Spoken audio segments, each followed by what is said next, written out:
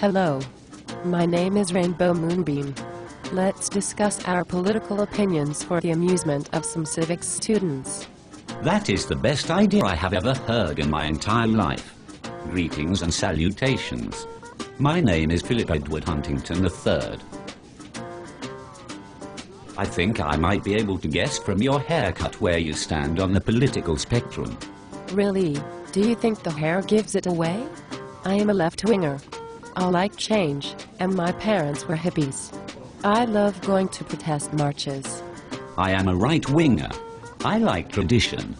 Change makes me uncomfortable. I hope one day to open my own business and become a self-made millionaire.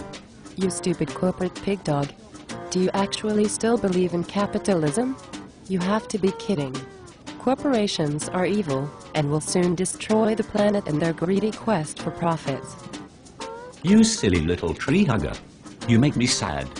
I'll tell you one thing, I'll trust the marketplace before I trust the government any day. Governments screw things up, even when they try to help. I want politicians to let me run my business as I see fit, not tie me up in regulations. Let me put it this way, if you put the government in charge of the Sahara Desert, do you know what would happen? In 5 years, they would run out of sand. You are exaggerating. I believe that the government can actually help to create positive social change. For example, consider the environment. Large businesses never would have started to even think about the environment if it weren't for governments passing laws forcing them to do so. Companies will never stop polluting unless you punish them with jail time. Don't be such a fool. I don't need the government telling me that my business should try to save energy and threatening me with jail time. Instead, they should give me a tax cut to make it easier for me to do so. Oh please. All you right-wingers ever talk about is tax cuts. Sometimes, taxes are actually necessary, you know. If the government is going to look after our most vulnerable citizens, we're going to have to tax people in order to pay for the programs. You pathetic bleeding heart liberal. What makes you think that the government knows the first thing about how to look after vulnerable people? Billions of dollars have been spent on healthcare in the last 10 years, but are the sick and the elderly any better off than they were before? I don't think so. Preserving public health care is very important to me. Tommy Douglas is one of my heroes. He founded public health care in this country, and it's something that all Canadians cherish. We must work to protect our universal health care system. By the way, have you ever noticed that Jack Layton's mustache is really cute? I really think you need to have your head checked by a certified neurologist. Our healthcare system is broken and wait times are out of control. If my dog gets sick tomorrow, I'm allowed to use my own money to pay for his medical treatment. But if my grandmother needs a hip replacement, she's not allowed to use her own money to pay for it privately, and she'll be told she has to wait 6 months at least. That's ridiculous. It's time to allow private health care in Canada. That comment makes me want to vomit. I'd really like to hurt you now. Maybe if I smacked your head hard enough, your pretentious English accent would go away. Go ahead. Make my day. I have many thoughts on crime and punishment. Would you like to hear them? No. I would rather gouge out my own eyeballs with a spoon. Well, since you put it that way, I'll tell you. I believe that crime in this country is out of control.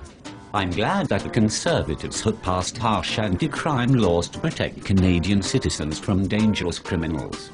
You scare me more than Stephen Harper in a sweater vest. Has anyone told you that crime is actually going down in this country? All Harper is doing is filling the jails with more people, instead of addressing the real issues that make people turn to crime in the first place, like poverty, low levels of education, and the lack of affordable housing. I have no sympathy for criminals. In fact, many of my right-wing friends support the use of the death penalty, and I'm starting to think I agree with them. And I am starting to think that you are a fascist. Does wearing that tie all day cut off oxygen to your brain? At least I do not have purple hair. I was raised by parents with traditional values. They would never tolerate such an outrageous hairstyle. This is how I express myself. You really need to get over it. I also like to wear a lot of peace symbols on my clothing. I hate war. War is never the answer. You silly little child. You have been eating far too much granola. No one likes war, but sometimes it is necessary. Right now, our troops are in Afghanistan and I am proud of what they are doing. I want our troops to come home right now. We've lost too many soldiers already. You are a hopeless idealist. We are fighting for democracy in Afghanistan, and real soldiers never cut and run. I have an idea for you. Since you are not willing to stand behind our troops, how about you volunteer to stand in front of them? I'd be happy to do that just as soon as the government gets around to funding our schools properly. I wonder what the world would be like if the army had to hold bake sales before they could buy new fighter jets. Well, anyway, I think that I have had enough of this discussion. And I think the students are probably bored by now. Let's end by doing some crazy dance moves to amuse them.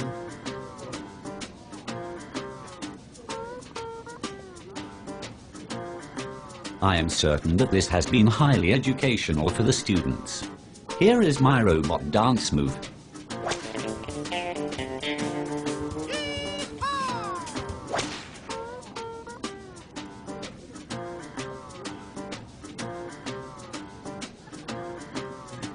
See you next time. Remember kids, civics class rocks.